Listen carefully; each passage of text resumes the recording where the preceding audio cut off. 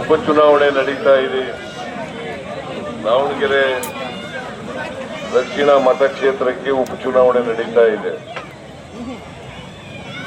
ನೀವು ಯಾತಕ್ಕಾಗಿ ನಡೀತಾ ಇದೆ ಅಂತಕ್ಕಂಥದ್ದು ನಿಮ್ಗೆಲ್ಲ ಗೊತ್ತಿದೆ. ಶಾಮನೂರು ಶಿವಶಂಕರಪ್ಪನವರು ಬಹಳ ಹಿರಿಯರು. ಅವರು ಈ ಕ್ಷೇತ್ರದ ಶಾಸಕರಾಗಿದ್ದರು. ಕಳೆದ ವಿಧಾನಸಭಾ ಚುನಾವಣೆಯಲ್ಲಿ ನೀವೆಲ್ಲರೂ ಕೂಡ ಅವರಿಗೆ ಆಶೀರ್ವಾದ ಮಾಡಿದ್ರಿ. ದೊಡ್ಡ ಅಂತರದಿಂದ ಗೆದ್ದಿದ್ರು. ದುರದೃಷ್ಟವಶಾತ್ ಅವರು ನಮ್ಮನ್ನ ಅಗಲಿದ್ದಾರೆ. ಈಗ ಬದುಕಿಲ್ಲ ಅವರು.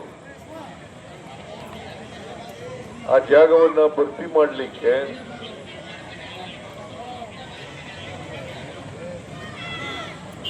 ನಾವು ಸಮರ್ಥ ಅವರನ್ನ ಕಾಂಗ್ರೆಸ್ ಪಕ್ಷ ಅಭ್ಯರ್ಥಿಯನ್ನಾಗಿ ಮಾಡಿದೆ. ಅವರ ಮೊಮ್ಮಗ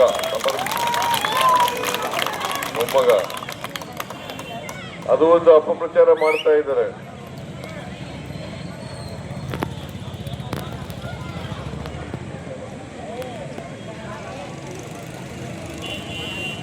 ತಂದೆ ಮಗ ಮೊಮ್ಮಗ ಅವರೆಲ್ಲ ನಿಂತ್ಕೊತಾ ಇದ್ದಾರೆ ಅಂತ ಹೇಳಿ ಅಪಪ್ರಚಾರ ಮಾಡ್ತವೆ. ಬಿಜೆಪಿಲಿ ಇಲ್ವಾ? ಯಡಿಯೂರಪ್ಪನ ಮಕ್ಕಳು ಯಾರು? ಯಾವ ಪಾರ್ಟಿಯವರು? ಅವರು ಬಿಜೆಪಿಯವರು ಅಲ್ವಾ? ಬಸವರಾಜ ಬೊಮ್ಮಾಯಿ ಅವ್ರ ಮಗನ ಟಿಕೆಟ್ ಕೊಟ್ಟಿದ್ರಲ್ಲ, ಯಾರು ಅವರು? ಬಿಜೆಪಿಯವರು. ಕುಮಾರಸ್ವಾಮಿ, ದೇವೇಗೌಡ ಅವ್ರ ಮಕ್ಕಳೆಲ್ಲ ನಿಂತ್ಕೊಂಡಿರಲಿಲ್ಲ, ಯಾರು ಅವರು? ಕಾಂಗ್ರೆಸ್ಸಿನ ಸಂಸ್ಕೃತಿ ಏನಪ್ಪಾ ಅಂತಂದ್ರೆ, ಪದ್ಧತಿ ಏನು ಅಂತಂದ್ರೆ, ಯಾರಾದ್ರೂ ಮಧ್ಯದಲ್ಲಿ ಸತ್ತೋದ್ರೆ ಅವ್ರ ಮನೆಯವರಿಗೆ ಟಿಕೆಟ್ ಕೊಡ್ತಕ್ಕಂಥದ್ದು ಮೊದಲಿಂದ ನಡ್ಕೊ ಬಂದಿರ್ತಕ್ಕಂಥ. ಈಗ 2 ಉಪಚುನಾವಣೆಗಳು ನಡೀತಾ ಇದ್ದಾವೆ. ಒಂದು ಬಾಗಲಕೋಟೆ, ಇನ್ನೊಂದು ದಾವಣಗೆರೆಯಲ್ಲಿ ಶಿವಶಂಕರಪ್ಪನವರು ಮೊಮ್ಮಗನಿಗೆ ಟಿಕೆಟ್ ಕೊಟ್ಟಿದ್ದೇವೆ. ಇವರು ಶಿವಶಂಕರಪ್ಪನ ಮನೆಯವರಲ್ವಾ? ಆಮೇಲೆ ಬಾಗಲಕೋಟೆಯಲ್ಲಿ HY ಮೇಟಿಯವರು ಕಾಲ ಆದರು. ಅವ್ರ ಮಗನಿಗೆ ಕೊಟ್ಟಿದ್ದೀವಿ, ಉಮೇಶನ್ಗೆ.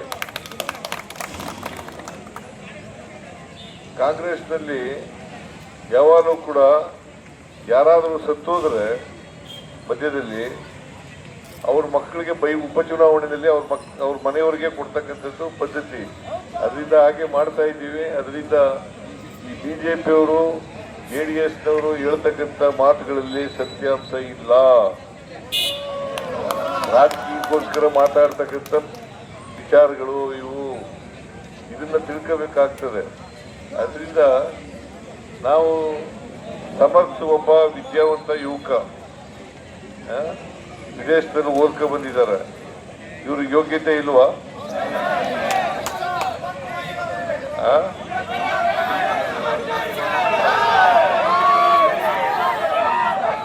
ಯೋಗ್ಯತೆ ಇಲ್ವಾ? ಶಾಸಕರಾಗ್ಲಿಕ್ಕೆ ಎಲ್ಲ ಅರ್ಹತೆಗಳು ಕೂಡ ಇದ್ದಾವೆ.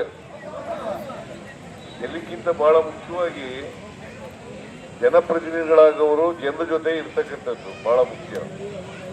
ಜನಪರವಾಗಿರ್ತಕ್ಕಂಥದ್ದು, ಜನರ ಕಷ್ಟ ಸುಖಗಳಿಗೆ ಸ್ಪಂದಿಸ್ತಕ್ಕಂಥದ್ದು, ಇದು ಬಹಳ ಮುಖ್ಯ.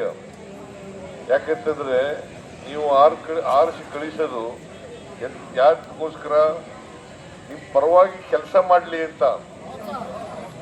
ನಿಮ್ಮ ಪರವಾಗಿ